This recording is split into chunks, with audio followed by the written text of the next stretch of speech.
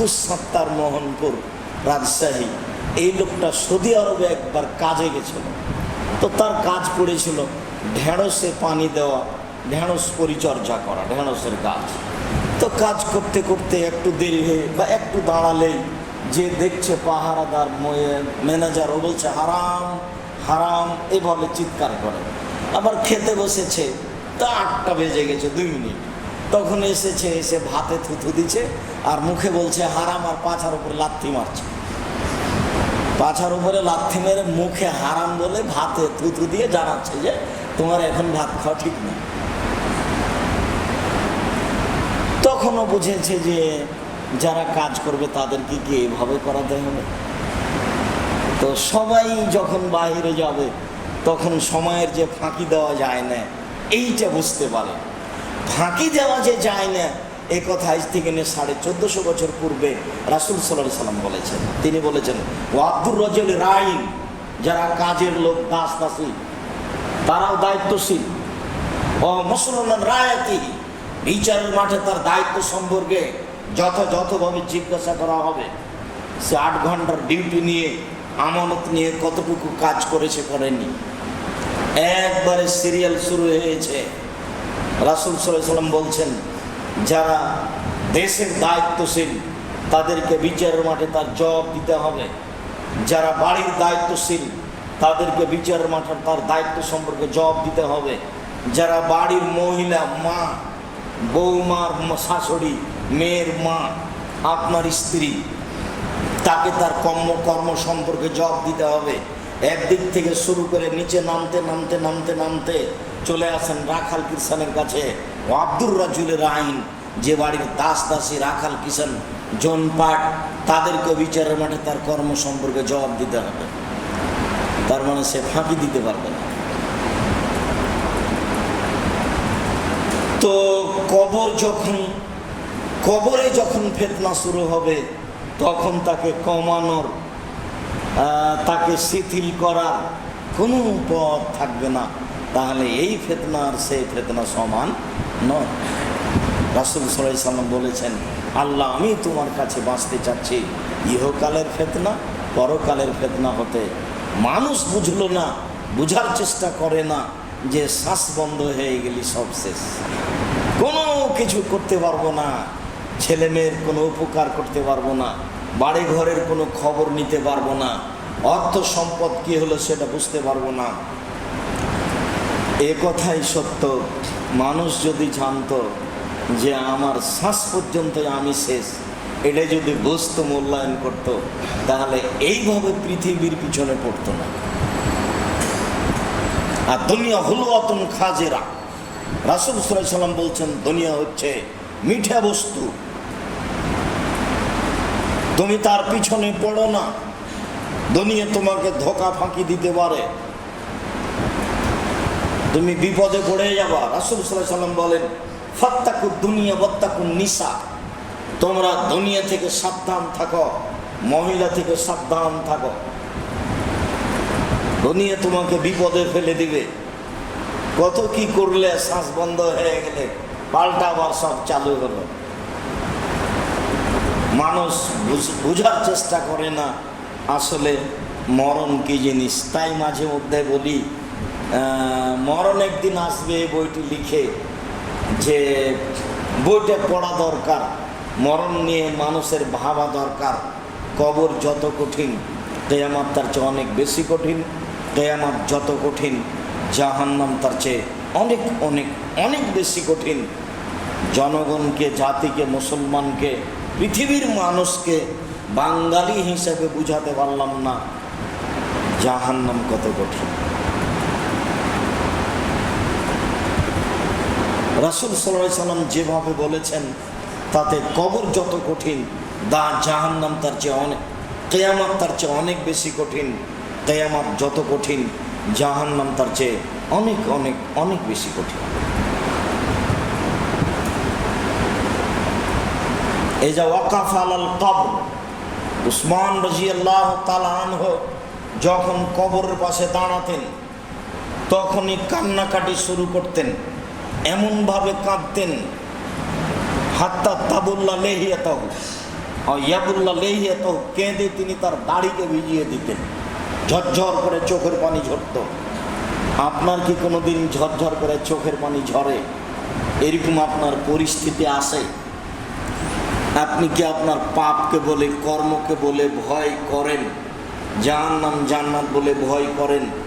নির্জনে যখন থাকেন তখন কবর, জাহান্নাম, পাপকে স্মরণ করে চোখের পানি কি ঝরঝর করে আসে? যদি না আসে তাহলে বুঝতে হবে এখনো আমি ইমানে অনেক ঘাটতি আছে। আমি সালাত আদায় করছি কিন্তু আমি বুঝতে পারি না যে আমি একেবারে ভয়ে ভীতু হয়ে মাটিতে লুটিয়ে পড়ছি, চোখের পানি ঝরঝর করে ঝরছে। এরকম সময় আসে না কেন? তার মানে ভীতি এখনো ভিতরে আসেনি। তাহলে ভীতি হচ্ছে আসলে তার গজব থেকে বাঁচার পথ।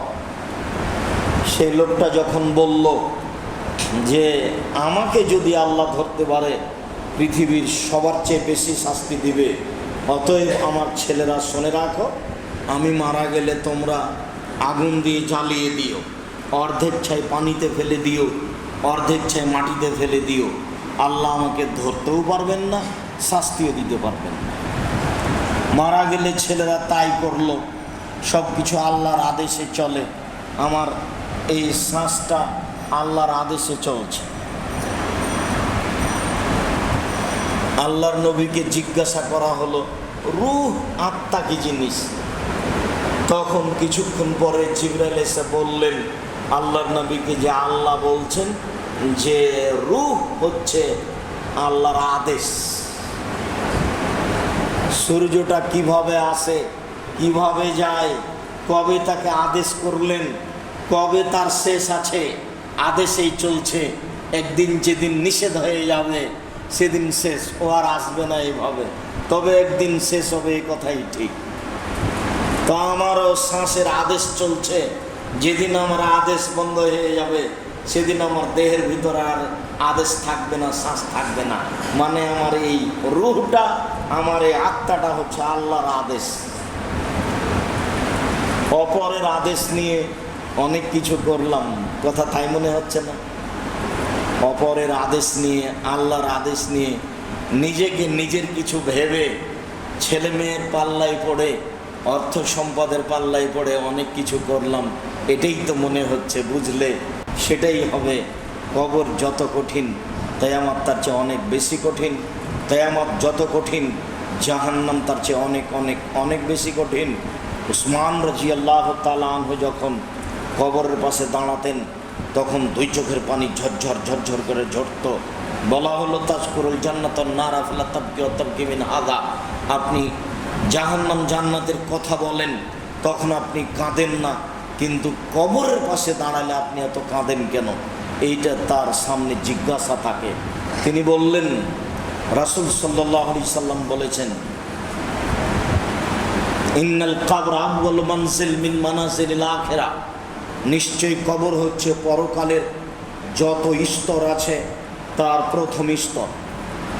পরকালে অনেক কয়েকটা স্তর আছে, কবর আছে, কিয়ামত আছে, জাহান্নাম জান্নাত আছে, কয়েকটা স্তর আছে। মরার পরে যত স্তর আছে তার প্রথম স্তর হচ্ছে কবর।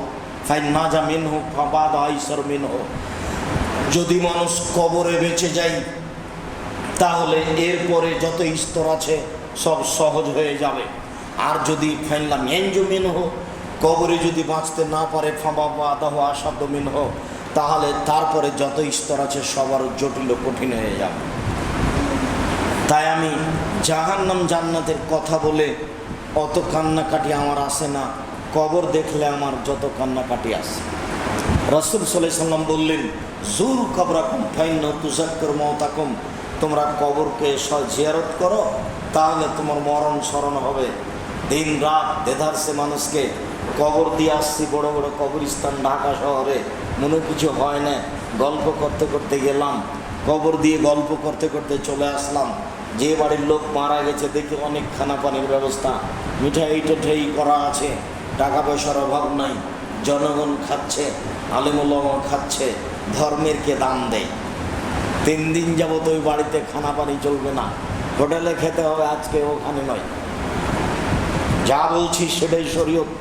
একে উল্টাভাবে দেখার পৃথিবীতে কোনো পথ নেই। যে যাই বলুক, সম্মানিত দিনী ভাই বোন, এক কথা বলে আপনাকে আমি দুর্বল করতে চেয়েছি আর আমি নিজেকে কিছু বলতে চেয়েছি এ কথা নয়। এটাই ঠিক যে আমি আমার জীবনে জাতিকে ফাঁকি দিয়ে কোনো বাক্য বলিনি,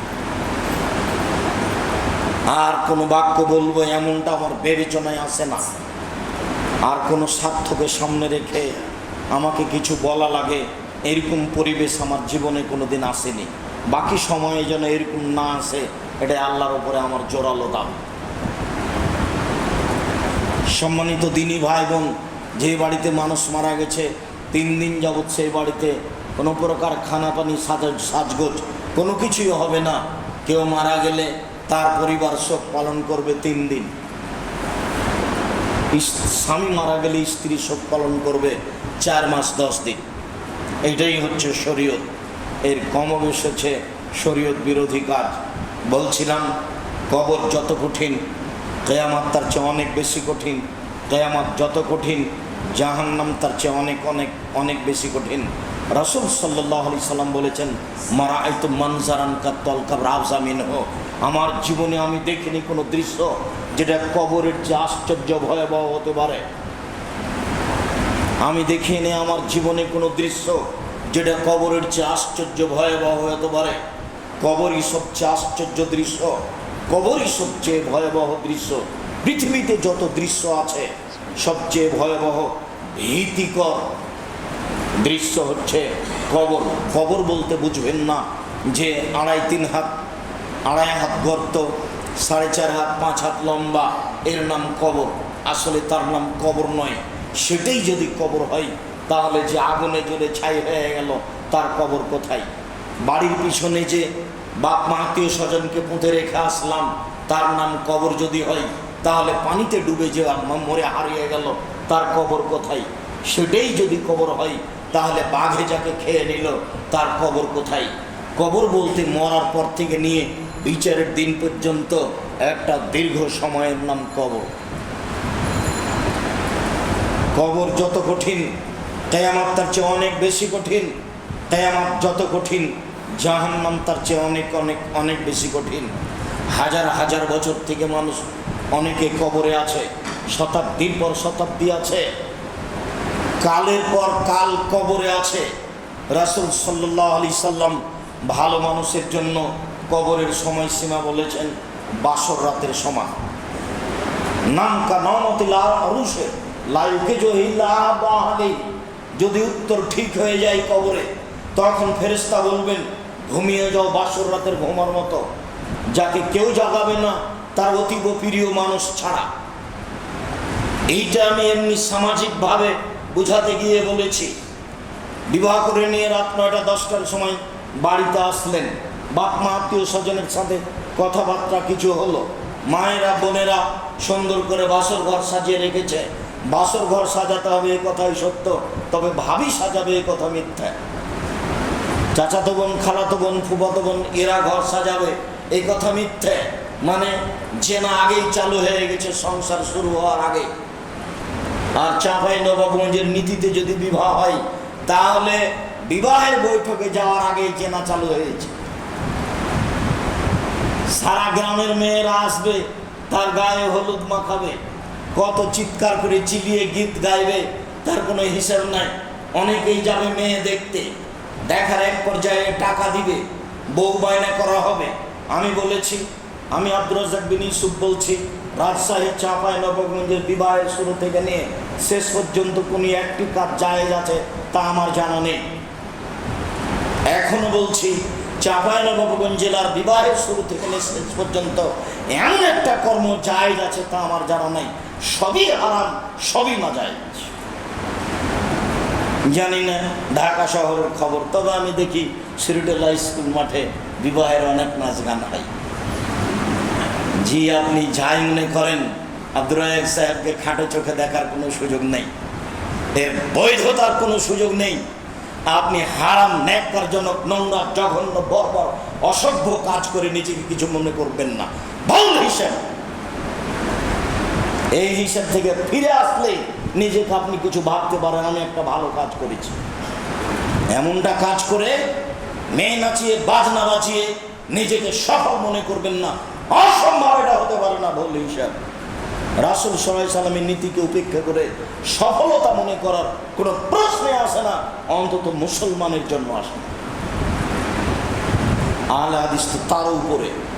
আহলে হাদিস মনে বুঝেন, ফাঁসির মঞ্চে যেতে রাজি আছে, বুকের নিচে হাত বাঁধবো না, এর নাম আহলে হাদিস। ফাঁসি হয়ে যাবে হোক, চুপে আমিন বলবো না, জোরেই বলবো, তার নাম আহলে হাদিস। হাজার হাজার মানুষের ফাঁসি হয়ে গেছে, তার নীতি থেকে ফিরে আসেনি, তার নাম আহলে হাদিস। পৃথিবীতে মানুষের মতামতকে উপেক্ষা করে কোরআন এবং সহিহ হাদিস মেনে চলে যারা, তাই হচ্ছে আহলে হাদিস। সে যেখানেই থাকুক না কেন, থাক না কেন শহরে, থাক না কেন জঙ্গলে, থাক না কেন বনে মাঠে, পৃথিবীর যেখানে যারা কোরআন এবং সহিহ হাদিস মেনে চলে, তাই হচ্ছে আহলে হাদিস। আহলে হাদিস বলতে কোনো দল মাযহাবের নাম নয়, আহলে হাদিস বলতে কোনো সংগঠনের নাম নয়। যারা কোরআন এবং সহিহ হাদিস মেনে চলে, মানুষের মতামতকে উপেক্ষা করে, তারাই আহলে হাদিস। ফাঁসির মঞ্চে যেতে রাজি আছে, চুপে আমিন বলবে না, এইভাবে ধর্মকে মেনে এসেছে। আর আমরা তার উত্তরসূরি হিসেবে সব কিছু করে নিজেকে সফল মনে করছি। বলে হিসাব বলছিলাম, সম্মানিত দিনী ভাই বোন, কবর যত কঠিন, কিয়ামত তার চেয়ে অনেক বেশি কঠিন। কিয়ামত যত কঠিন, জাহান্নাম তার চেয়ে অনেক অনেক অনেক বেশি কঠিন। কবর বলতে বাড়ির পিছনের কবর নাম কবর নয়, কবর বলতে কবরস্থানের নাম কবর নয়। মরার পর থেকে নিয়ে বিচারের দিন পর্যন্ত দীর্ঘ সময়ের নাম কবর। শতাব্দীর পর শতাব্দী, কালের পর কাল, যুগের পর যুগ, হাজার হাজার বছর ধরে মানুষ কবরে আছে। কবরের সময়সীমা ভালো মানুষের জন্য বাসর রাতের সময়। 12টা-1টার সময় বাসর ঘরে ঢুকলো, মায়ে সুন্দর করে বাসর ঘর সাজিয়ে রেখেছে, বউকে সাজিয়ে রেখেছে। ঘরে ঢুকলো, ঢুকেই মাথায় হাত দিয়ে দোয়া করতে হবে, আল্লাহুম্মা ইন্নী আসআলুকা খায়রা খায়রা জাবাল তা আলাইহি। আমি এর কল্যাণ চাচ্ছি, যে কল্যাণ দিয়ে একে সৃষ্টি করা হয়েছে, সে কল্যাণ আমি চাচ্ছি আল্লাহর কাছে। ওয়া আউযু বিকা মিন শাররিহা ওয়া শাররি মা জাবালতাহা আলাইহি। আমি এর অনিষ্ট হতে, বেহাই হতে, নোংরামি হতে, স্বামী না মেনে চলার নীতিগতি হতে তার কাছে আশ্রয় চাচ্ছি। যে অকল্যাণ দিয়ে একে সৃষ্টি করা হয়েছে, সে অকল্যাণ থেকে আমি তোমার কাছে আশ্রয় চাচ্ছি। এইটা হবে বাসর রাতের প্রথম কথা। আব্দুর রাজ্জাক সাহেব মনে কষ্ট দিয়েন না, ভাবিরা বাসর ঘর সাজিয়েছিল, দোয়া পড়তে হয় তা আমার জানা ছিল না। মাথায় হাত দিয়ে এই দোয়া পড়তে হবে, এরপরে 2 রাকাত সালাত আদায় করতে হবে। আপনি আগে দাঁড়াবেন, স্ত্রী পিছে দাঁড়াবে, পাশাপাশি নয়। 2 রাকাত সালাত আদায়ের পরে তাসবিহ তাহলিল জিকির আজকারের পরে দাম্পত্য জীবন। দাম্পত্য জীবনের এক পর্যায়ে ঘুমিয়ে গেলেন, ধরে নিরা 2টে 3টে, যদি 3টে হয় তাহলে 4টে 10-এ 20-এ আজান হবে, তাহলে আমার ঘুমের সময় হলো 1 ঘন্টা 20 মিনিট। একটা কথার কথা, তাহলে আমার কবরে থাকার সময়সীমা হলো ভালো মানুষ হিসাবে 1 ঘন্টা 10-20 মিনিট, 1.5 ঘন্টা 2 ঘন্টা। এটা হলো ভালো মানুষের জন্য কবরের সময়সীমা। শতাব্দীর পর শতাব্দী, হাজার হাজার বছর থেকে কবরে আছে। এরপরে ভালো মানুষ হিসাবে যখনই তার ঘুম ভাঙবে, কিয়ামত শুরু হবে, তখনও ভাববে এই মাত্র তো ঘুমালাম। বুঝাতে পারিনি মনে হয়।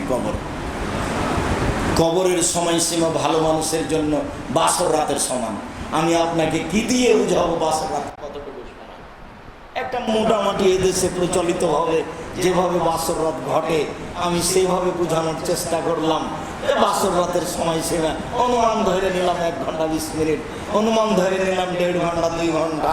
তাহলে যুগের পর যুগ, শতাব্দীর পর শতাব্দী, কালের পর কাল, হাজার হাজার বছর থেকে মানুষ কবরে আছে। ভালো মানুষ যদি হয়, তাহলে যখন কিয়ামত হবে তখনও বল, আরে এই মাত্র তো শুনলাম।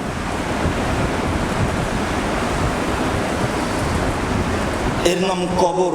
যদি ভালো মানুষ হয়, তাহলে কবর যত কঠিন, কিয়ামত তার চেয়ে বেশি কঠিন। কিয়ামত কি? কিয়ামত হলো আপনার ফরজ সালাত এক ওয়াক্ত সালাত আদায়ের সমান। এক ওয়াক্ত সালাত আদায়ের জোহরের টাইমে সালাত আদায় করি মোটামুটি 7 মিনিট থেকে 10 মিনিট। মাগরিবের সালাত আদায় করি 5 থেকে 7 মিনিট। তাহলে এইটা হলো কিয়ামতের মাঠের সময়। রাসূল সাল্লাল্লাহু আলাইহি সাল্লাম বলেছেন, গরিব মানুষ ধনী মানুষের 500 বছর আগে জান্নাতে যাবে। তাহলে 500 বছর, একদিন সমান হলো 50,000 বছর। তাহলে 500 বছর সমান কত? আমি জুলুম করে এই জমিটা, এই বাড়িটা দখল করে নিয়েছি ক্ষমতার ভিত্তিতে। বিচারের মাঠে আমাকে এই জমিনটা খনন করতে লাগানো হবে। আমি 7টা জমিন খনন করব। এক একটা জমিনের ব্যবধান 500 বছরের পর। যেদিন 7টা জমিন পর্যন্ত যাওয়া হবে, সেদিন এই জমিন আমার কাঁধে তুলে দেওয়া হবে। তারপরে আমাকে বলা হবে, তুমি ওখানে হাঁটো বিচারের মাঠে। আমার বিচার সবচেয়ে পরে হবে। যত মানুষ জুলুম করছে পৃথিবীতে, সবার বিচার পরে হবে। যারা এমনি অন্যায় অশ্লীল কাজ করেছে, এদের বিচার আগে হয়ে যাবে, জাহান্নামে জান্নাতে চলে যাবে। যারা সালাত আদায় করেনি, যাকাত দেয়নি, এদের বিচার আগে হয়ে যাবে। তবে যারা জুলুম করছে, তবে যাকাত না দেওয়া জুলুম। যাকাত না দিলে গরিব মানুষের হক মেরে খেয়েছে, ওটা আবার বেশি জুলুম। ফকিরের হক মেরে খাওয়ার তো সাধারণ ব্যাপার নয়, ওটা একটা জুলুম। তো যারা জুলুম করবে তাদের বিচার পরে হবে। যারা জুলুম মুক্ত পাপ করেছে তবে জুলুম করেনি, এদের বিচার আগে হয়ে যাবে। যত জালেম আছে, এক থাপ্পড় দিয়েছে রিক্সাওয়ালাকে, টাকা বেশি চেয়েছে সেই জন্য, এটাও জুলুম। এই জুলুমের বিচার পরে হবে। সম্মানিত দিনী ভাই বোন, যদি 500 বছর সমান একদিন সমান যদি 50,000 বছর হয়, তাহলে 500 বছর সমান কত হবে? আমি জমিটা খনন করলাম, তারপর কাঁধে আমার তুলে দেওয়া হলো, এখন আমাকে বলা হবে হাঁটো। আমি কতদিন হাঁটবো? কতদিন আমি জমিন ঘাড়ে করে নিয়ে থাকবো? কতদিন থাকবো? এই কথা রাসূল সাল্লাল্লাহু আলাইহি ওয়াসাল্লাম বলেননি। তবে বলেছেন, হাত্তা ইউযা বাইনান নাস, যেদিন মানুষের বিচার শেষ হয়ে যাবে সেদিন তোমার বিচার হবে। তার মানে যারা জুলুম করছে তাদের বিচার সবার পরে হবে। তাই রাসূল সাল্লাল্লাহু আলাইহি ওয়াসাল্লাম বাক্যটি বলে দিয়েছেন, হাত্তা ইউযা বাইনান নাস, যখন মানুষের বিচার শেষ হয়ে যাবে তখন জালেমের বিচার হবে। রাসূল সাল্লাল্লাহু আলাইহি ওয়াসাল্লাম বলছেন, আত্তাকু যুলমা ফাইন্না যুলমা যুলমাতুন, তোমরা অত্যাচার থেকে বেঁচে থাকো। অত্যাচার অন্ধকার, বিচারের মাঠে অত্যাচার অন্ধকার। রাসূল সাল্লাল্লাহু আলাইহি ওয়াসাল্লাম বলছেন, আল্লাহ তাআলা বলেন, ইন্নী হারামতু যুলমা আলাইয়া, আমি আল্লাহ নিজের উপরে জুলুম করা হারাম করে দিয়েছি। আমি আল্লাহ কারোর প্রতি জুলুম করব না, অন্যায় বিচার আমি কারোর করব না। ফালা তাযালামু, পৃথিবীর মানুষ তোমরা পরস্পর উপরে জুলুম করো না, জুলুমকে নিজের উপরে হারাম মনে করো। আমি আল্লাহ নিজের উপরে জুলুমকে হারাম মনে করছি। বিচারের মাঠ হবে জালেমের জন্য অন্ধকার। কতক্ষণ চলবে বিচারের মাঠ কে জানে। ভালো মানুষের বিচারের মাঠের সময়সীমা 1 ওয়াক্ত ফরজ সালাতের সমান। বলেন তো, তাহলে ভালো মানুষের বিচারের মাঠের সময়সীমা কত? 5 থেকে 7 মিনিট, 10 মিনিট। বুঝাতে পারিনি মনে হয়। ভালো মানুষের জন্য বিচারের মাঠের সময়সীমা হলো 5, 7, 10 মিনিট, এরকম একটা সময়। হাদিস সহিহ, রাসূল সাল্লাল্লাহু আলাইহি ওয়াসাল্লাম একথাই বলেছেন, কবর যত কঠিন কিয়ামত তার চেয়ে অনেক বেশি কঠিন। কিয়ামত যত কঠিন, জাহান্নাম তার চেয়ে অনেক অনেক অনেক বেশি কঠিন। কিয়ামতের বিবরণ আজকে নয়, তবে এতটুকু যে কারো পরনে কাপড় থাকবে না। ইউশারু নাসু ইয়াউমাল কিয়ামা হুফাতান ওরাতান গুরলান, বিচারের মাঠে মানুষকে একত্রিত করা হবে উলঙ্গ করে। বিচারের মাঠে মানুষকে একত্রিত করা হবে খাতনাবিহীন, কারো খাতনা দেওয়া মুসলমানি দেওয়া থাকবে না। বিচারের মাঠে মানুষকে একত্রিত করা হবে জুতাবিহীন, কারোর পরনে জুতা স্যান্ডেল থাকবে না। বিচারের মাঠ হবে সমতল সাদা, রং হবে সাদা, মাঠ হবে সমতল। আটলান্টিক মহাসাগর, ভারত মহাসাগর, প্রশান্ত মহাসাগর, কোনো সাগর থাকবে না।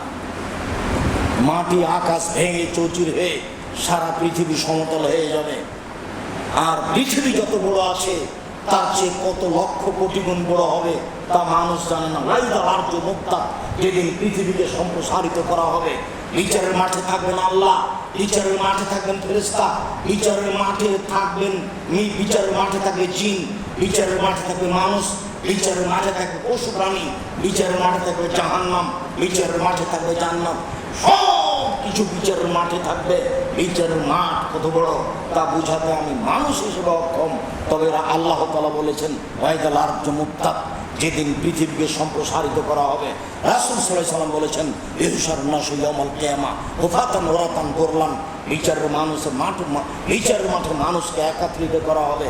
খাতনাবিহীন, কারো খাতনা মুসলমানি দেওয়া থাকবে না, কারো পরনে কাপড় থাকবে না, সবাই উলঙ্গ অবস্থায় থাকবে, কারো পায়ে জুতা স্যান্ডেল থাকবে না।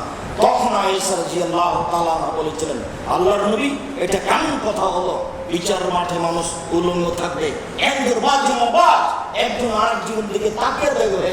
তখন আল্লাহ রাসূল বলেছিলেন আয়েশা বলো কি, বিচারের মাঠের চেয়ে অনেক অনেক অনেক জটিল, যে মানুষ একজন আরেকজনের দিকে তাকিয়ে দেখবে, মানুষের কোনো হোশ বুদ্ধি ভেবে চলা থাকবে না। যেসব মহিলার পেটে বাচ্চা ছিল এই অবস্থায় মারা গেছে, বিচারের মাঠে কখন বাচ্চা প্রসব হয়ে যাবে, যে বাচ্চা প্রসবের সময় চিৎকার করে কাঁদে তার অনুভূতিতে থাকবে না কখন বাচ্চা প্রসব হয়ে গেছে। বলে বাচ্চা ছিল, যে বাচ্চা কোল থেকে চলে গেলে মুহূর্তের মধ্যে মা চিল্লাচিল্লি শুরু করে, সেই বাচ্চা কোল থেকে কখন পড়ে গেছে তার হুঁশ জ্ঞান থাকবে না, সবসময় পাগলের মতো ছোটাছুটি করবে। তার নাম বিচারের মাঠ। আয়েশা তুমি অত স্বাভাবিক ভাবলে বিচারের মাঠ এর চেয়ে অনেক অনেক অনেক জটিল, যে মানুষ মানুষের দিকে তাকিয়ে দেখবে কেউ উলঙ্গ অবস্থায় আছে আর কে কাপড় পরে আছে, এরকম পরিস্থিতি থাকবে না। তুমি যেটা ভেবেছ আয়েশা বিচারের মাঠ এর চেয়ে অনেক অনেক অনেক কঠিন। এ দিয়ে বুঝায় আপনাকে আমি বিচারের মাঠ কত কঠিন। সম্মানিত দিনী ভাই বোন, রাসূল সাল্লাল্লাহু আলাইহি ওয়াসাল্লাম বলেছেন সর্বপ্রথম কাপড় পরানো হবে ইব্রাহিম আলাইহিস সালামকে। ইব্রাহিম আলাইহিস সালামের এটা পার্সোনাল মর্যাদা। তখন রাসূল সাল্লাল্লাহু আলাইহি ওয়াসাল্লামের পরনে কাপড় থাকবে, এই কথা রাসূল সাল্লাল্লাহু আলাইহি ওয়াসাল্লাম বলেননি। যারা বলেছে যে রাসূল সাল্লাল্লাহু আলাইহি ওয়াসাল্লাম সবচেয়ে দামি মানুষ, তার কথা উল্লেখ না হলে কি হবে, তিনি পরনে কাপড় তার থাকবেই, এসব কথা অহেতুক কথা। আল্লাহ রাসূল যা বলেছেন সেটাই চূড়ান্ত কথা। তিনি বলেছেন সর্বপ্রথমে যাকে কাপড় পরানো হবে তিনি হবেন ইব্রাহিম আলাইহিস সালাম, তিনি নিজের কথা বলেননি। আবার ওখানে মানুষ কিছু মন্তব্য ঢুকিয়ে দেওয়ার চেষ্টা করেছে। তিনি বলেছেন প্রত্যেকটা মানুষ যখন জন্ম নেয় তখনই শয়তান তাকে আঘাত করে, তখন বাচ্চা চিৎকার করে ওঠে। এটা একটা নীতিগতি, শয়তান আঘাত করবে জন্ম নেওয়ার সাথে সাথে, পেট থেকে বের করার সাথে সাথে। কিন্তু এই আঘাত শয়তান মারিয়ামকে করতে পারেনি, আর মারিয়ামের ছেলে ঈসা আলাইহিস সালামকে করতে পারেনি। কেন? শয়তান যেন করতে না পারে এই বিষয়টি মারিয়ামের মা আল্লাহর কাছে প্রার্থনা করেছিলেন, শয়তানের ক্ষমতা থেকে তুমি আমার মেয়েকে তার উত্তরসূরিকে রক্ষা করবে, তাই শয়তানের কাজ করতে পারেনি। কেউ মন্তব্য করছে মুহাম্মদ সাল্লাল্লাহু আলাইহি ওয়াসাল্লামকেও শয়তান আঘাত করেনি, এটা তার মন্তব্য মাত্র। রাসূল সাল্লাল্লাহু আলাইহি ওয়াসাল্লাম নিজের জন্য কিছু বলেননি। তিনি বলেছেন শয়তান আঘাত করতে পারবে না, জন্মের সময় পারেনি মারিয়ামকে আর মারিয়ামের ছেলে ঈসা আলাইহিস সালামকে। মুহাম্মদ সাল্লাল্লাহু আলাইহি ওয়াসাল্লাম নিজের কথা বলেননি। ধরে নিতে হবে শয়তানের আঘাতের মধ্যে মুহাম্মদ সাল্লাল্লাহু আলাইহি ওয়াসাল্লাম নিজে থেকে আমি একটা বানিয়ে বললে কিয়ামতের মাঠে টিকা যাবে না। আজকে মুখের জোরে, ক্ষমতার জোরে, দাপটে, জনগণের সামর্থ্যে টিকে যেতে পারে, সেটা ভিন্ন কথা।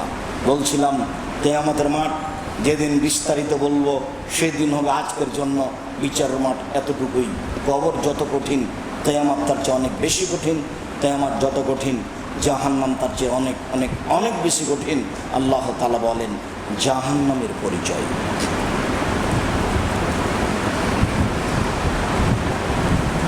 ইন্না হাযা কুনতুম বিহি তামতারুন।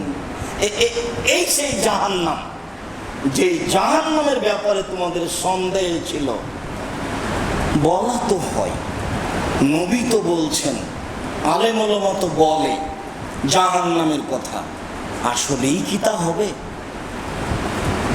জাহান্নামের পাশে নিয়ে বলা হবে এই সেই জাহান্নাম যার ব্যাপারে তোমার সন্দেহ ছিল, যার ব্যাপারে তোমরা সন্দেহ পোষণ করছিলে। জাহান্নামের পরিচয় আল্লাহ বহু জায়গায় বহুভাবে দিয়েছেন। আল্লাহ তাআলা বলেন হাযিহি জাহান্নামুল্লাতী কুনতুম বিহা তুকাদ্দিবুন, এই সেই যে জাহান্নাম, যে জাহান্নামকে তোমরা অস্বীকার করছিলে। কোথায় আবার জাহান্নাম, কোথায় আবার জান্নাত, কোথায় আবার কিয়ামত, কোথায় আবার হাসর নাসর, এগুলো অহেতুক কথা। এই সেই জাহান্নাম যাকে অস্বীকার করছিলে। ইসলাউহা বিমা কুনতুম তাকফুরুন, যে জাহান্নামকে অস্বীকার করছিলে সেই জাহান্নামে এখন ঢোকো। আল্লাহ অন্য জায়গাতে বলছেন, এটি কি তোমার জাদু মনে হয়? এই যে এখন আমি তোমাকে বলছি ইসলাউহা, জাহান্নামে ঢোকো, তো এখন কি জাহান্নাম দেখে তুমি মনে করছো না মনে হয় এটা জাদু? তুমি কি এটাকে জাদু মনে করছো? না এখনো তোমার সন্দেহ হয় এগুলো ঘটবে, তাই আল্লাহ বলে রেখেছেন কোরআন মধ্যে। জাহান্নামীরা যখন জাহান্নামের পাশে যাবে তখন আল্লাহ তাআলা এইভাবে বলবেন, এই সেই জাহান্নাম, যে জাহান্নাম কিন্তু অস্বীকার করছিলে, ঢোকো তো সেই জাহান্নামে। তোমার কি মনে হয় এটা জাদু? আমার চোখের সামনে জাদু করে জাহান্নাম দেখানো হয়েছে, একটু পরে থাকবে না, এটা ভেলকি। তোমাকে কি মনে হয় জাহান্নাম ভেলকি? তোমাকে কি মনে হয় জাহান্নাম জাদু? না, তোমার মনে হয় যে আসলেই জাহান্নাম আছে। বিচারের মাঠে আল্লাহ এইভাবে তাকে বোকা বানাবেন জাহান্নামে ঢোকানোর সময়। ইন্না জাহান্নামা কানাত মিরসাদা লিত্তাগিনা মাআবা, নিশ্চয় জাহান্নাম মানুষকে ধরার জন্য উঁত পেতে বসে আছে। শত্রুপক্ষ যারা যুদ্ধ করে তারা মরিচা খোঁড়ে, গর্ত খোঁড়ে, আড়ে লুকিয়ে থাকে, একেবারে শত্রুকে মারার জন্য প্রস্তুতি নিয়ে থাকে। সেটার নাম মিরসাদ, উঁত পেতে বসে থাকা। আল্লাহ তাআলা বলছেন জাহান্নাম আমাদেরকে ধরার জন্য উঁত পেতে বসে আছে, একথা আল্লাহ বলছেন। ইন্না জাহান্নামা কানাত মিরসাদা লিত্তাগিনা মাআবা, যারা সীমা লঙ্ঘন করে তাদের থাকার জায়গা জাহান্নাম। যারা সীমা লঙ্ঘন করে চলে তাদের বসবাসের আশ্রয়স্থল হলো জাহান্নাম। আল্লাহ তাআলা জাহান্নামের পরিচয় এইভাবে বলেন। আল্লাহ তাআলা বলেন, ফাম্মা মান খাফফাত মাওয়াজিনুহু ফাউম্মুহু হাবিয়া, বিচারের মাঠে যার নেকির পাল্লা হালকা হয়ে যাবে, পাপের পাল্লা ভারী হয়ে যাবে, তার থাকার জায়গা হবে অতীব গভীর গহ্বর হাবিয়া। হাবিয়া নামক জাহান্নাম হবে তার থাকার জায়গা। ওমা আদরাকা মা হিয়া, মুহাম্মদ সাল্লাল্লাহু আলাইহি সাল্লাম আপনি কি বলতে পারেন হাবিয়া কি জিনিস? হাবিয়া জাহান্নামের পরিচয় আপনার জানা আছে? আপনি বলতে পারেন হাবিয়া জাহান্নাম কাকে বলে? আমি বলি নারুন হামিয়া, তা হচ্ছে জ্বলন্ত উত্তপ্ত আগুন। জ্বলন্ত উত্তপ্ত আগুনের নাম হচ্ছে হাবিয়া। হাবিয়া বলতে একটা আগুনের খণ্ড। আল্লাহ তাআলা বলেন, কাল্লা লায়ুমবাজান্না ফিল হুতামা, অবশ্যই অবশ্যই তাকে চূর্ণ বিচূর্ণকারী হোতামা নামক জাহান্নামে নিক্ষেপ করা হবে। ওমা আদরাকা মাল হুতামা, মুহাম্মদ সাল্লাল্লাহু আলাইহি সাল্লাম আপনি কি হোতামা নামক জাহান্নামের পরিচয় দিতে পারেন? আপনি কি বলতে পারেন হোতামা নামক জাহান্নাম কাকে বলে? আমি বলি নারুল্লাহিল মুকাদা আল্লাতী তাত্তালিউ আলাল আফিয়াদা, সেটা হচ্ছে জ্বলন্ত উত্তপ্ত একটা আগুনের খণ্ড যেটা মানুষের কলিজা পর্যন্ত চলে যাবে। সেইটা হচ্ছে জ্বলন্ত উত্তপ্ত একটা আগুনের খণ্ড। জাহান্নাম বলতে একটা আগুনের টুকরা, এই কথা আল্লাহ তাআলা বলেন জাহান্নামের পরিচয়।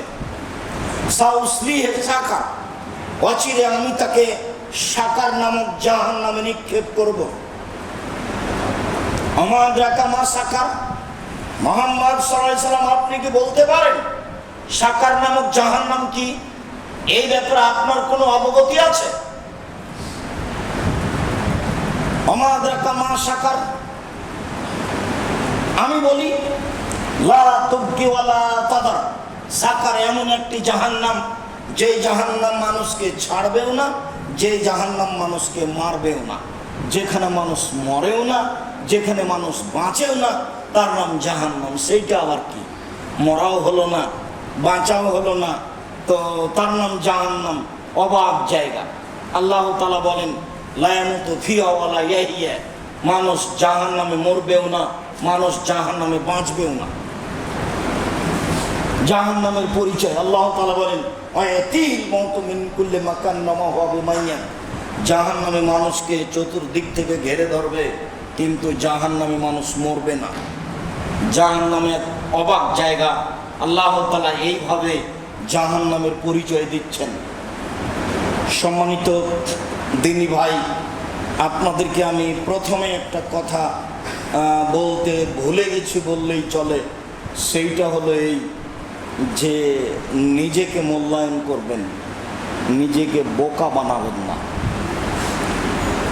দিন যত যাবে পৃথিবীতে মানুষ তত বেশি খারাপ হবে, দিন ধর্মকে মানুষ তত বেশি মানবে না, দিন ধর্মের জন্য সময় দিতে পারবে না। আপনি এখন দোকানে গিয়ে বলেন যে আব্দুল রাজ্জাক সাহেব বক্তব্য দিচ্ছে, একটু চলেন 10 মিনিট শোনেন, উত্তরে বলবে আমি ব্যস্ত। আল্লাহ তাআলা বলছেন ইবনা আদম, হে আদমের ছেলে মেয়েরা, তোমরা যদি আমাকে একটু সময় দাও তাহলে আমলাও গেনা কায়াদাম, আমি তোমার হাতকে সম্পদ দিয়ে পূর্ণ করে দেব। অশুদ্ধ ফাকরাত, তোমার দারিদ্রতা আমি বন্ধ করে দেব। আইনলাম তাফাল, যদি এমনটা না করো তাহলে আমলাও ইয়াদাকা শগলান, তোমার হাত দুটিকে আমি ব্যস্ত দিয়ে পূর্ণ করে দেবো, ব্যস্ততা দিয়ে। অলামা শুদ্ধ ফাকরাত, আমি তোমার দারিদ্রতা বন্ধ করব না। নেও তুমি কি চাচ্ছ, যত টাকা হবে তত ঝামেলা বাড়বে, তত ব্যস্ততা বাড়বে। কেউ যদি একটু বলে চলেন আব্দুল রাজ্জাক সাহেব আসছেন, আব্দুল্লাহ আজকে মুহররমের ইতিহাস শোনাবে, চলেন একটু শুনে আসি, উত্তরে বলবে আমি ব্যস্ত। কি ব্যস্ত? দোকানে আছে গল্প করবে। কি ব্যস্ত? মোবাইল টিপছে। স্কুল তো বন্ধ আছে। মানুষ তো পশু হয়ে গেছে, পশুর থেকে খারাপ হবে। পশুর থেকে খারাপ হবে এটা আল্লাহ বলছে, পশুর থেকে খারাপ হবে মানুষ, এটা আল্লাহর নবী বলছে। এখানে আমাদের কিছু করার নেই। তবে নিজেকে বোকা বানায়েন না, মনে করিয়েন না যে আমি একটু দোকানে বসে কিছু সময় ব্যবসা করলাম, আমি সফলতা অর্জন করেছি, এটা মনে করবেন না। বরং আমরা যদি কোনো সময় এরকম সময় দিতে পারি, তাহলে আপনি, আপনার বোন, আপনার ভাই, আপনার আত্মীয় স্বজন, আপনার স্ত্রী সবাই এসে চেষ্টা করবেন 10 মিনিট, 1 ঘন্টা, আধা ঘন্টা কথা শোনা। 2 মিনিট শুনলেন, তারপর ব্যস্ততা আপনাকে তুলে নিয়ে চলে গেল। এমন ব্যস্ততা অন্তত আমাকে দেখায়েন না, আমি তো আপনার ব্যস্ততা দেখতেই চাই না।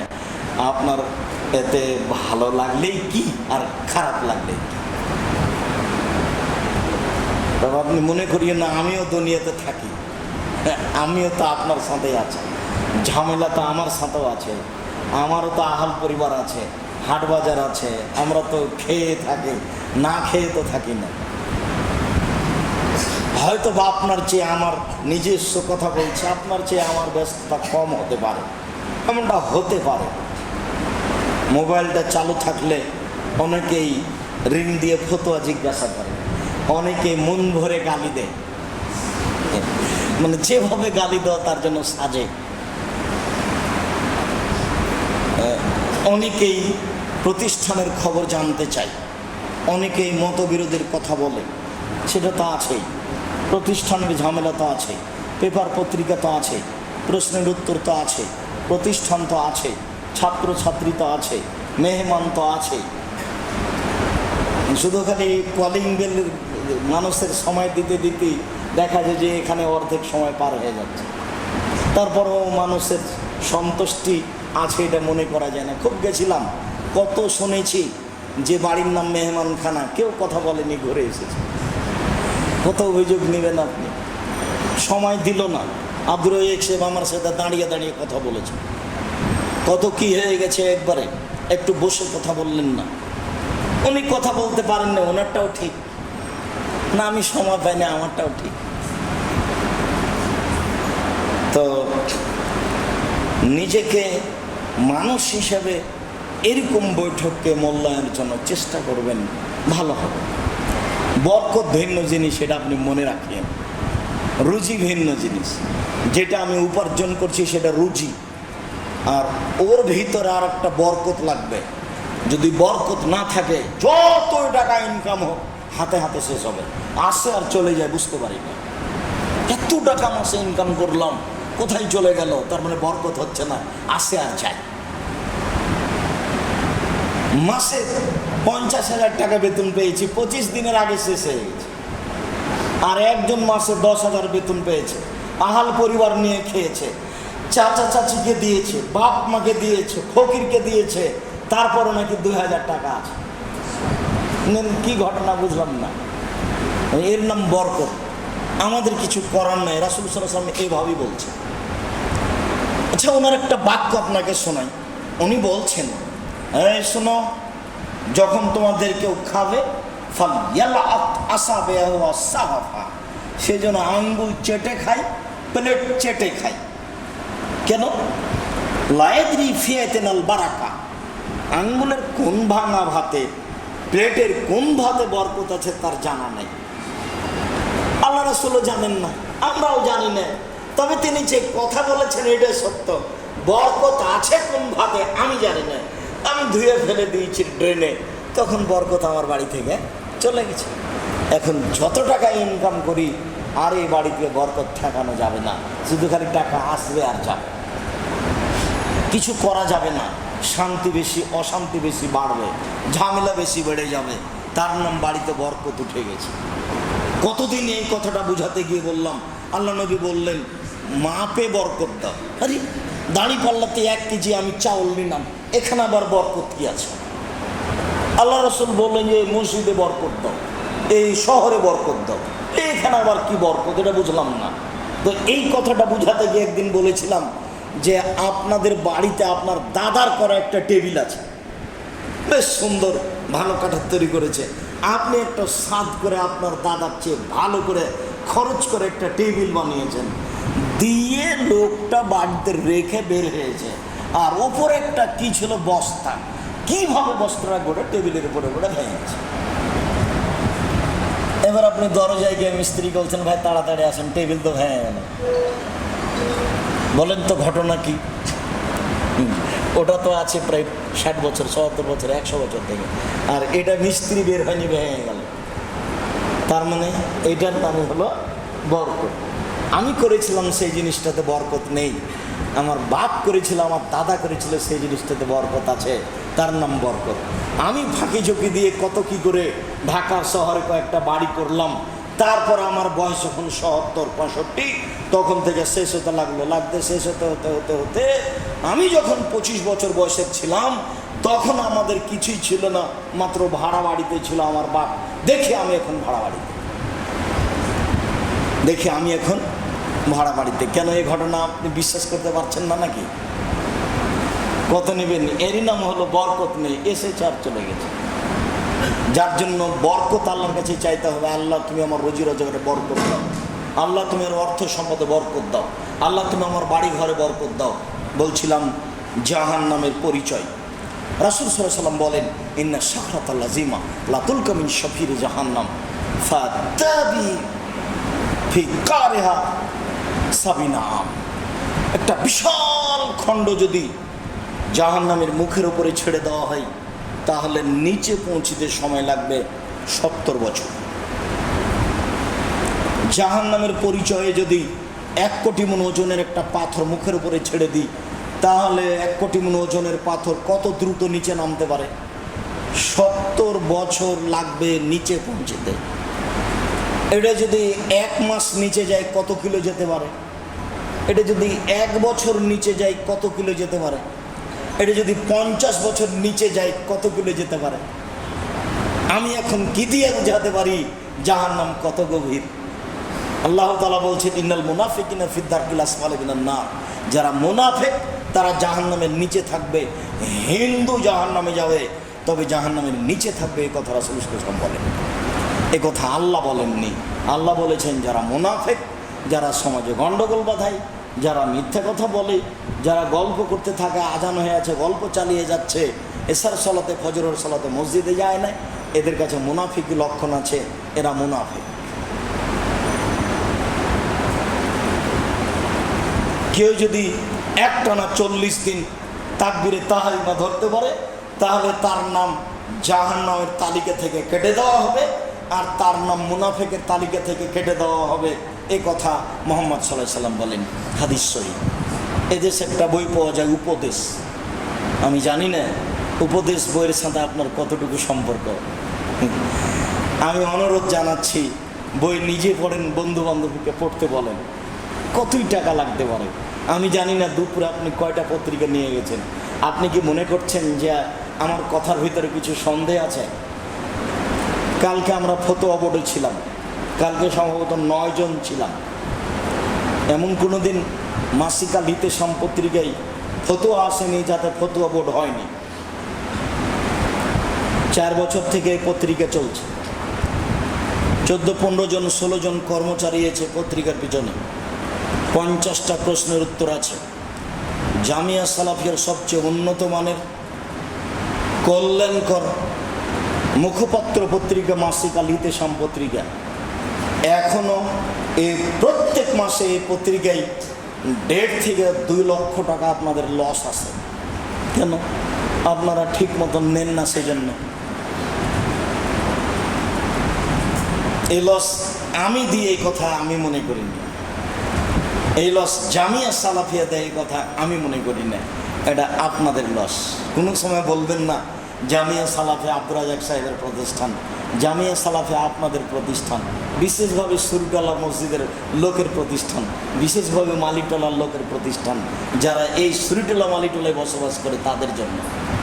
আমি তাদের সাথে অতপ্রতভাবে জড়িত, তাদের পরিবারের সাথে জড়িত, তাদের জনগণ মুসল্লির সাথে জড়িত অনেক দিন থেকে। উপদেশ বইটা পড়ে দেখো, মাসিক আলিতে সম্পত্রিকা। খারাপ লাগলেও মনটা চায় না, তবুও বলবেন আচ্ছা যাকে মনটা চায় না। উনি যখন বললেন তখন 20টা টাকা দিয়ে একটা নিয়ে যেয়ে দেখি কি আছে ওখানে। দেখি না এক নজর 20টা প্রশ্নের উত্তর আছে, 50টা প্রশ্নের উত্তর আছে। সব সময় মোবাইল চালালে, টিভি দেখলে, বন্ধুর সাথে গল্প করলে হবে? এখানেও কিছু সময় দিতে হবে। একসাথে পৃথিবীর যত মানুষ আছে, জিন মানুষ সব যদি একসাথে জাহান্নামের দরজা দিয়ে ঢোকে, তো দরজায় কোনো সমস্যা হবে না।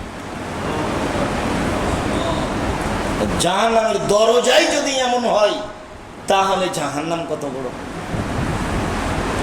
একটা কথা পরে বলবো, সেই কথাটা আবার এখানে বলে রাখছি, যদি স্মরণ থাকে পরে বলবো ইনশাল্লাহ। এখন আপনাকে বলে রাখি, রাসূল সাল্লাল্লাহু আলাইহি ওয়াসাল্লাম বললেন একজন জাহান্নামীর বসার জায়গা 250 মাইল, 450 কিলোমিটার। একজন জাহান্নামীর বসার জায়গা 400 থেকে 450 কিলোমিটার। প্রতি 1000-এ 999 জন লোক জাহান্নামে যাবে।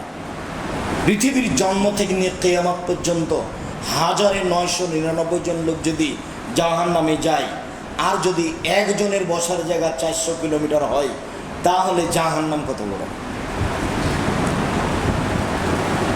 কোনো জিনিসকে নিজের আয়ত্তে নিয়ে আসতে হবে না, আল্লাহর জিনিসকে আল্লাহর আয়ত্তে রেখে দেন। আমি খালি বাঁচতে চাই জাহান্নাম থেকে। আল্লাহুম্মা ইন্নী আউযু বিকা মিন আযাবি জাহান্নাম ওয়া আউযু বিকা মিন আযাবিল কবর ওয়া আউযু বিকা মিন ফিতনাতিল মাসীহিদ দাজ্জাল ওয়া আউযু বিকা মিন ফিতনাতিল মাহিয়াল মামাত। আল্লাহুম্মা ইন্নী আউযু বিকা মিনাল মা'সামি ওয়াল মাগরাম। তোমার কাছে বাঁচতে চাই বড় পাপ হতে, তোমার কাছে বাঁচতে চাই ঋণ কর্জ হতে, তোমার কাছে বাঁচতে চাই বড় পাপ হতে, তোমার কাছে বাঁচতে চাই ঋণ কর্জ হতে।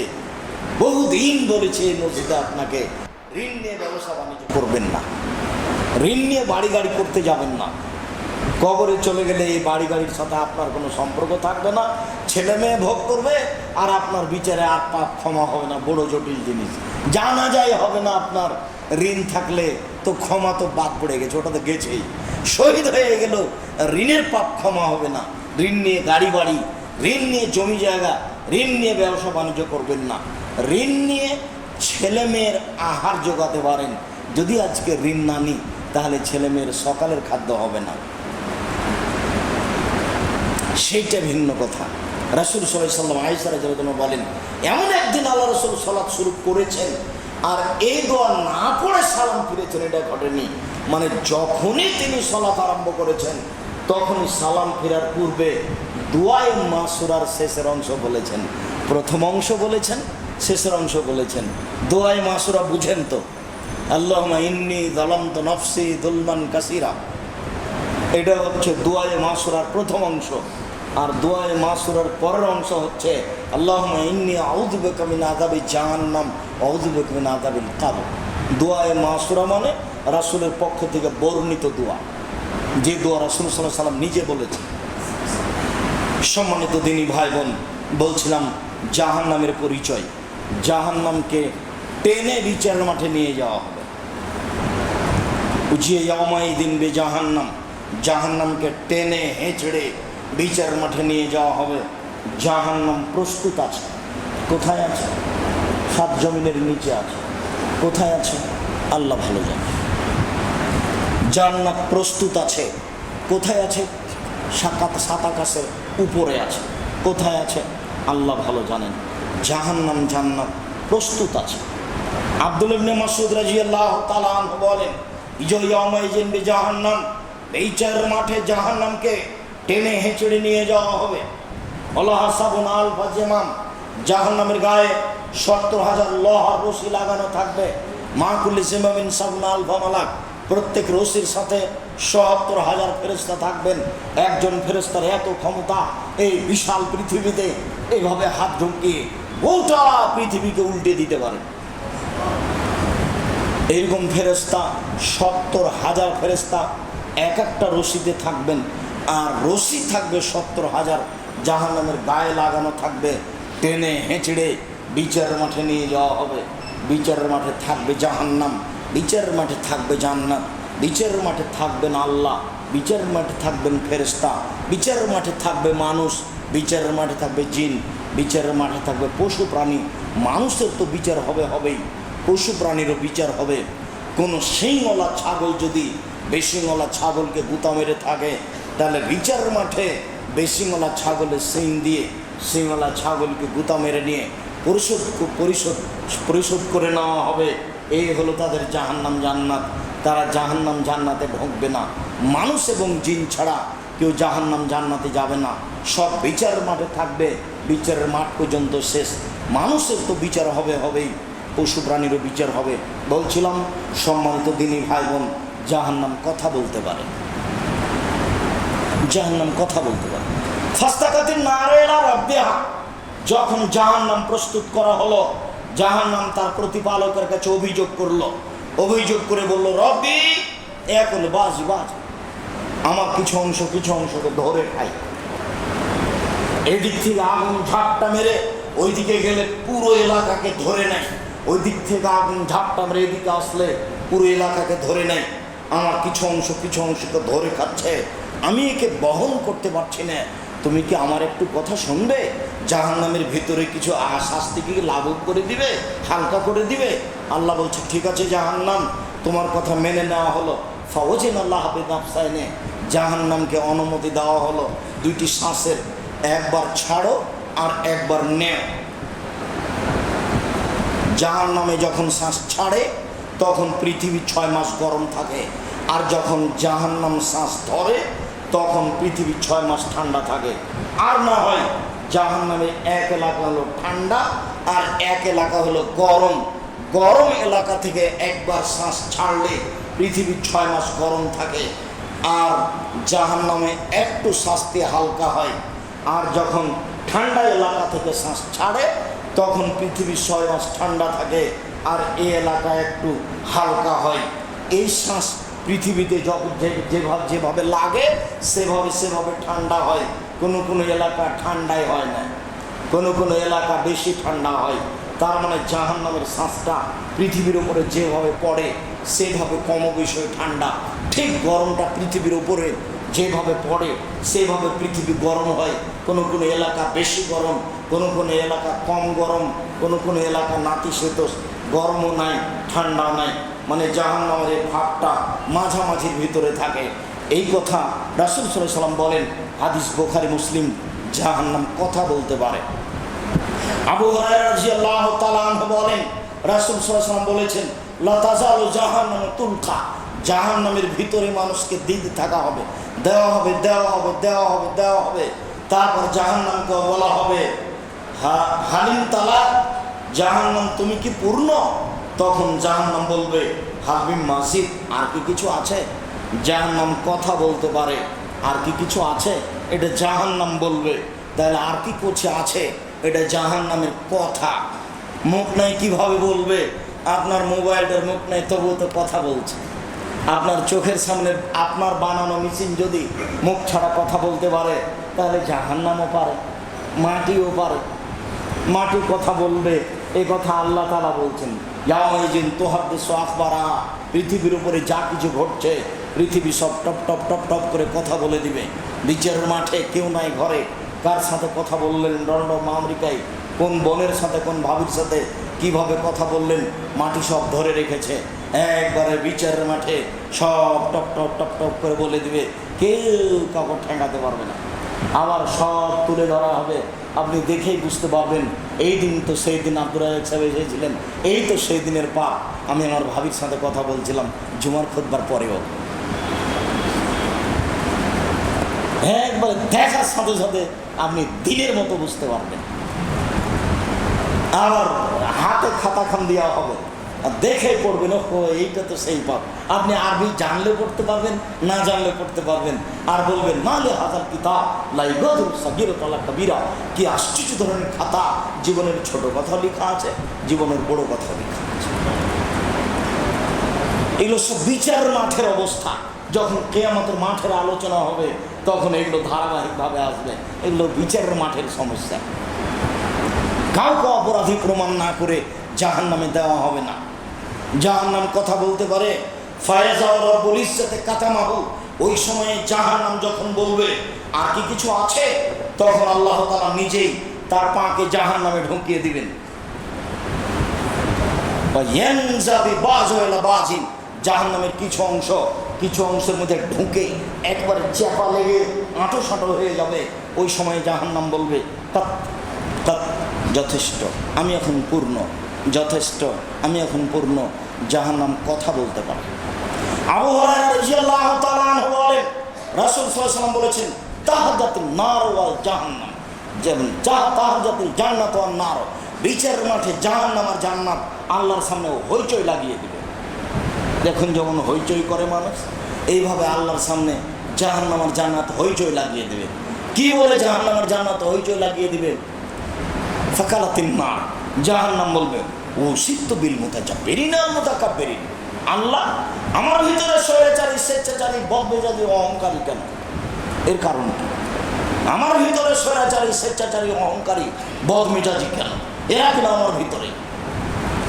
তখন আল্লাহ বলবেন, শোনো, ইন্নামা আনতি গাযাব, তুমি আমার রাগ, তুমি হচ্ছে আমার রাগের বাস্তবতা।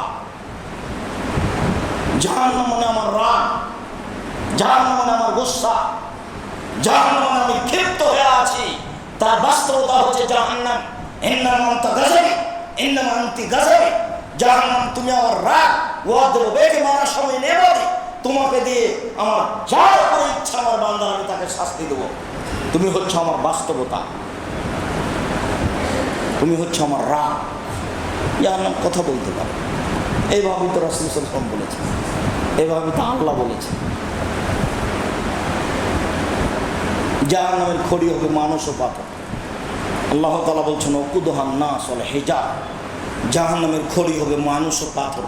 জাহান্নামে কয়লা থাকবে না, জাহান্নামে কাঠ থাকবে না। পাথর কেন আব্দুর রাজ্জাক সাহেব? তার প্রথম অর্থ হলো পাথর দিয়ে জাহান্নামের আগুনকে বেশি ক্ষিপ্ত করা হবে। তার দ্বিতীয় অর্থ হলো যত মূর্তি তৈরি করা আছে পৃথিবীতে সব মূর্তিকে জাহান্নামে দেওয়া হবে, যারা তৈরি করছে তাকে বোকা বানানোর জন্য। যে তুমি যার মূর্তি তৈরি করেছো তাকে তো জাহান্নামে দিলাম, তোমাকে দেবো, ঠেকাও দেখি। কোনো পথ থাকবে না, কোনো প্রকার পথ থাকবে না, কথা বলার কোনো সাহস থাকবে না। বিচারের মাঠে জাহান্নামীদেরকে হাত বেঁধে নিয়ে যাওয়া হবে। সবার হাত বাঁধা থাকবে, ফেরাউনের হাত বাঁধা থাকবে। 17 বছর সদস্য মহাভারতের প্রধানমন্ত্রী ইন্দিরা গান্ধীর হাত বাঁধা থাকবে।